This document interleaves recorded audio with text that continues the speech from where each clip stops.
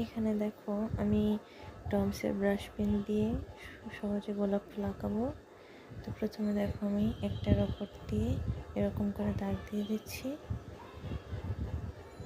সাইডে একটু গ্যাপ রাখতে হবে, গ্যাপ দিয়ে দাগ দিতে হবে। এখানে এই পাশে আর একটা আমি ফুল আঁকবো, তো এই পাশে আমি ওইভাবে সেমভাবে দাগ দিয়ে দিলাম। তো এখন ডমসের ব্রাশ পেনগুলো হচ্ছে ওয়াটার কালারের মতো, তো ব্রাশের সাথে একটু পানি মিক্স দিয়ে আমি এই কালারগুলোর উপরে একটু ব্লেন্ড করে নিচ্ছি।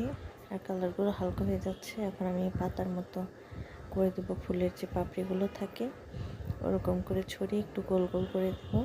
কিছু জায়গায় একটু সাদা অংশ রাখবো। তো দেখো কত সহজে গোলাপ ফুল আঁকানো হয়ে গেল।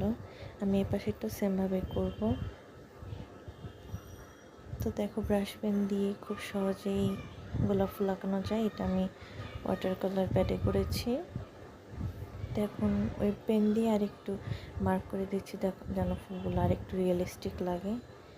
তো তোমাদের কাছে এই ফুল আঁকানোটা কেমন লাগলো ব্রাশ পেন দিয়ে অবশ্যই জানাবে কমেন্টে, এবং পেজটা ফলো দিয়ে রাখবে যেন এরকম আরও ইজি ইজি পেন্টিং তোমরা দেখতে পারো।